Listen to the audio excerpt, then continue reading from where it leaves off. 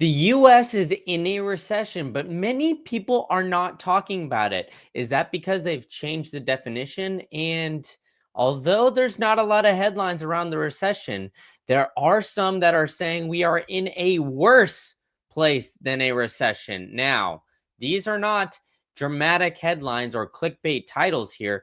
This is what a major economist came out and said literally the other day about how the United States is staring down a fate worse than a recession, and four other bold forecasts from Torsten Slock, who has said that the risk of stagflation still hangs over the US economy. The chief economist, who, and I might point out, has already said that the US is in a terrible position earlier this year, pointed to the lower growth and higher inflation expected due to the tariffs. The top economist had several other big calls on his mid-year outlook. Now, let's look on down on some of the visuals that they have here on forecasting the GDP down, right? So the US economy has shrunk faster than new expected data has shown. So we are literally in the second quarter of negative GDP growth. Now, for those who are watching at home, that is the traditional definition of a recession. But they aren't using the traditional definitions of recessions anymore. If you guys remember, this happened not too long ago, and they came out and said, hey, this isn't the recession definition just anymore, but it contracted by 0.5% on an annualized basis and 0.3% lower than the last measurement from the Commerce Department. And the economists were expecting the number to stay the same at the 0.2%, but the GDP shrunk in the first quarter, mostly because of lower consumer spending. And so that is what we want to cover here today, is that the Americans have reined in their spending within this last month. And now this is not, me saying, hey, the consumer is hurting, because you guys who have been watching my videos know that I've been basically saying consumer confidence is way down. The consumer is very worried about the potential of a recession and the potential of layoffs at whatever job that they're at. So although they are, the confidence is high, it means they believe they'll keep their job. But the consumer aspect, if they were to lose their job, that's where it gets hairy, folks. And that's why you're seeing spending go on down and getting reined in here, because the consumer is worried about what might come in the future. So the Commerce Department reported that consumer spending fell 0.1% last month after rising 0.2% in April. When taking inflation into account, spending declined by 0.3% for the month. A nearly 50% drop off in motor vehicle sales was a significant driver in May. Spending retreat as consumers rushed to dealerships to buy cars in March and April, fearing that President Donnie T's tariffs would send those costs soaring. And remember, if you guys were around yesterday, I was talking about how Chinese manufacturers were talking about cars now selling them as used, when in reality they were new cars, which I think is kind of a little mind blown moment here. Why would you want to report new car sales as used car sales? Well, that's because the economy is slowing. The consumer aspect of all of this is slowing down dramatically. So what does that result in? Well, it is resulting in lying data points here. But the US and the lower GDP growth is the definition of stagflation. So the GDP will more than halve from its peak last year, is what this Storkin Tolston has said, and it will most likely slow about 1.2%. And it reflects economic growth being slashed by more than half compared to its peak in third quarter. So he's expecting GDP to grow. He's expecting inflation will remain above average. He's expecting unemployment that will rise through 2026. And remember, part of this, consumer confidence, I mentioned it earlier, is that unemployment has remained relatively stagnant.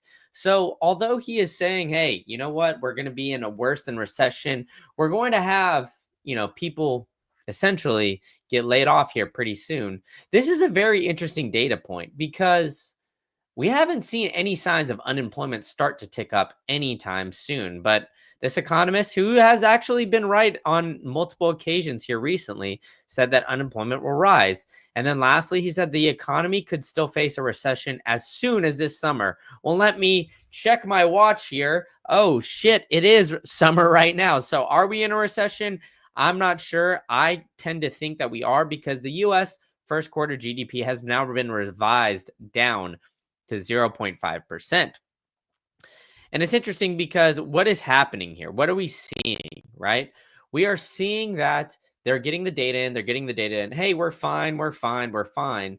But the reality is they now look at it and say, hey, actually, we were just lying. These numbers were incorrect. Now that we're getting more data, we're going to revise our first quarter GDP numbers. We're actually in a recession. We're actually potentially in major stagflation, which could be, really, really bad and detrimental to the overall economy because it's shrinking faster than previously thought during the first 3 months of 2025, with growth contracting for the first time in 3 years. Its gross domestic product fell at an annual rate of 0.5%. The agency's initial first quarter GDP report estimated a 0.3% decline, which is later revised to a 0.2, and then now it's 0.5. So it's interesting that it's all, around this. Hey, we're losing, we're falling, and it's not very, it's not very encouraging. A category within the GDP data calls for a real final sales to private domestic purchasers. That is the big kicker here. We're seeing the underlying strength rose at 1.9% annual rate from January through March. While that representative's solid number, it's down to 2.9%. 2.9% pace in the fourth quarter of 2024 from the Commerce Department's previous estimates of 2.5% in January and March. The new data shows that consumers sharply paired spending earlier this year with growth of 0.5%, down from a robust 4% during the last 3 months of this quarter. The first quarter of consumer spending fell to its lowest level since the pandemic ended, with Americans particularly cutting back on recreation and dining. So, GDP, corporate profits, now revised. Boom, boom, boom, all looking good here. And then the negative growth is coming. So that's what we're seeing. We are seeing that the GDP is now getting revised. And at first it was getting revised and it was ticking up just oh so slightly. Maybe there was a chance we weren't in a recession. Maybe there's a chance this GDP is not falling. Not so fast, my friend. It actually is worse than we initially thought. It's falling on down. And Americans reining in their spending did not help. That was the biggest, kicker here. And so, how is the Fed going to react? Well, if we're looking at how the CME group is estimating how the Fed is going to react, it looks like the Fed is still not going to cut rates. We're at 20.7%. With a 79.3% chance that we actually stay put. So it's looking more likely than not that we stay put, but we've been around this 20% mark.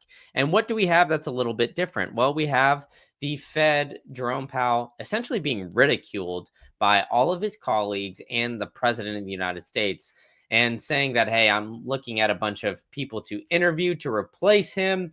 And who does Trump want to replace Jerome Powell? Somebody that's going to look at interest rates and want them to bring them all down. Jerome Powell is going to be in power until early next year. Excuse me. And then when he gets out of power, Trump is essentially going to put a guy in that wants low rates and low rates forever. So if Powell can hold strong until then, well, then we're going to have high rates for the rest of the year. And then we're going to have low rates for the next 4 years as we get this Fed chair in. But let's take a step back. How healthy is the U.S. economy, right? The fears of the recession are at the back of our investors' minds, but predicting the onset of an economic downturn, let alone the severity of one, is very tough to see, right? As a rule of thumb, 2 quarters of domestic product contract is generally accepted as recession, but the official start date is declared by the business cycle. So, what are the key economic indicators that are showing it, right? Consumer spending. That's what we're seeing going down dramatically here. GDP, we're seeing that start to go down here. So, GDP has contracted, but it's not yet a cause for an alarm, at least according to this article here, because we're seeing it go on down. And this was at 0.3%. Obviously, we're at 0.5%. And then consumer spending is at odds with consumer sentiment. So we're starting to see consumer spending down or up 1.8%. But it seems to be, labor is holding steady. But the interesting thing is you guys know I love to look at the Dixie, the strength of the dollar relative to all of the other currencies around the globe. And what do we see, right? As I've been tracking this, this is the lowest we've ever seen it, 97.2. Maybe we saw it a little bit lower yesterday, but we're getting up to that point where we're almost seeing it creep below that 97 range. And that's danger territory in my eyes, folks. We don't want to be seeing the dollar get so low like that. We want to see the dollar strength rise up. But we're seeing it fall pretty dramatically. So the strength of the dollar is falling, but the assets are rising up. Now, this is why investors are always flocking to get out of the dollar and into into some sort of asset like, the S&P 500. So I think that this is something that should be expected. I've talked to a lot of people. A lot of people see this as a potential for an asset bubble where we're going to start to see assets really take off. And the worry is that we're seeing, a lot of the dollar and the overall economy, the economic moves Trump is making actually hurt where we're at currently. And in the long run, it will be helpful. But right now, it's in the short term, it's sort of hurting us. So we're going to be tracking this really closely, especially keeping a close eye on those GDP numbers when they come out in about a month for the second quarter of this year. So be sure to smoke that like Cheech and Chong. Be sure to be hitting that subscribe button and telling a friend to tell a friend because I need you guys to help me get to that 1,000 subscriber mark. I know that 90% of you guys that watch this are not subscribed yet. So please subscribe. We've got McLovin here. Hit the bell notification so you could jump into the chat with McLovin because he's always chatting it up. And I always appreciate you coming on in, McLovin. You're the GOAT, my friend. But somebody come in and join him. Blow up the chat for me next time. Tell me what you guys think. And I will catch you guys all at the next one.